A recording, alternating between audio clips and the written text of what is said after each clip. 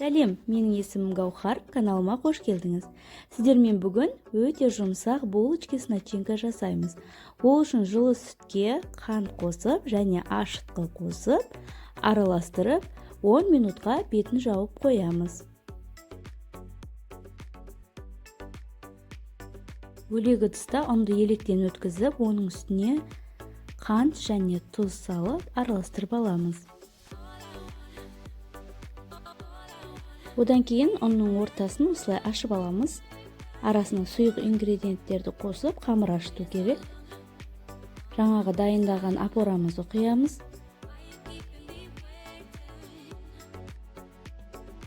Және 2 жұмыртқаға ванилин қосып араластырып алып, оны да осы сұйықтығымызға қосамыз.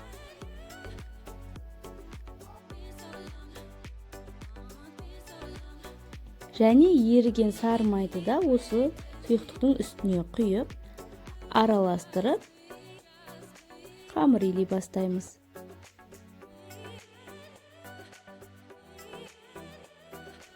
Вилкамен немесе лопатканың көмегін пайдаланған жөн. Қамырымыз алғашқы кезде жабысқақ болады. Қолға жабыспасын деп бірден қатты көп ұн сеуіп жіберудің қажеті жоқ. Өйткені жаймен бастаймыз. Қамырымызды түсіріп алғаннан кейін қолымызбен елеп қайтарып отырамыз. Бұл ең маңызды процесс. Қамыр эластичный болу үшін қайта-қайта 5-6 минут бойы ұн себу арқылы қамырымызды осылай илеп отырамыз.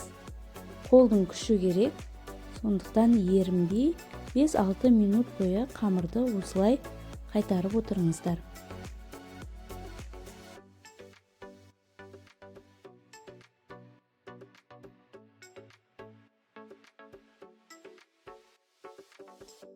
Қай жерде тоқтау керектігін өздеріңіз де сезетін боласыздар, өйткені қамырыңыз қолға жабыспай, өте әдемі эластичный болып шығады.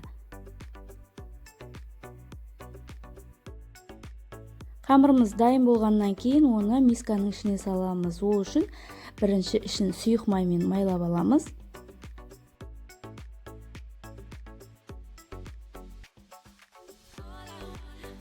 Қамырдың да екі беті майланып тұру үшін келесі бетін аударып осылай жасаймыз. Пищевой пленкамен жауып, енді жылы жерге 1-1,5 сағатқа қоямыз. Мінекей біздің қамырымыз өте әдемі болып көтерілді. Қамырды мискадан түсіріп, өзіміздің кесіп алуымызға ыңғайлап жаямыз.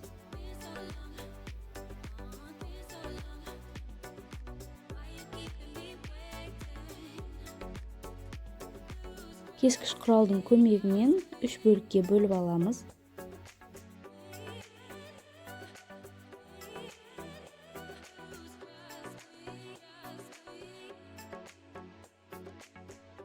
Енді кесілген әрбір бөлікті тағы да 5 бөлікке бөліп шығамыз. Егер кішірек қылып жасаймыз десеңдер, бұдан кішірек те жасауға болады, үлкен қылып жасаймыз десеңіздер, үлкенірек қылып жасауға болады. Алдымен формамыздың ішін сары маймен майлап шығамыз.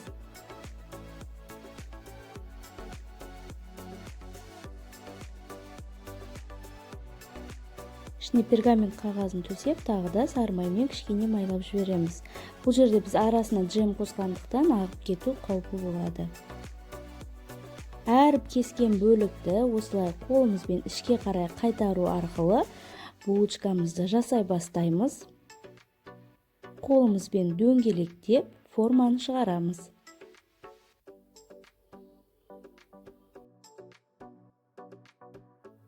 Дөңгелек болғаннан кейін оны формамызға салып бастаймыз.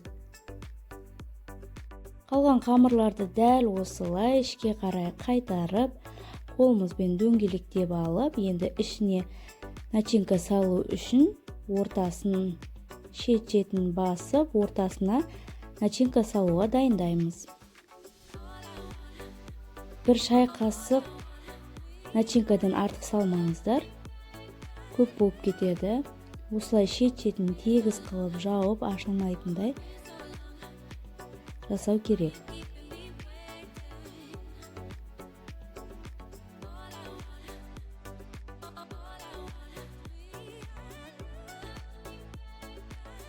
Осы ретпен барлық начинкаларды салып, ыдысымызға қойып шығамыз. Одан кейін бетін жауып, жарты сағатқа қойып қоямыз. Жарты сағаттан кейін осылай әдемі болып көтеріледі. Оның үстіне бір жұмыртқаның сарысы мен бір қасық сүт құйып, бетіне жағып шығамыз.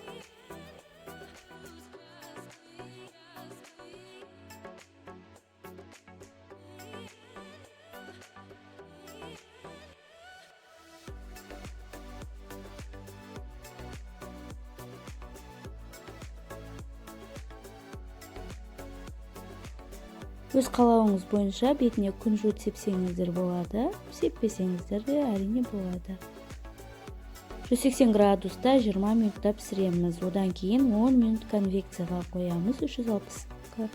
Сол кезде булочкалар өте әдемі болып шығады. Егер видеом сіздерге пайдалы болса, каналыма лайк басып тіркеліп қойыңыз.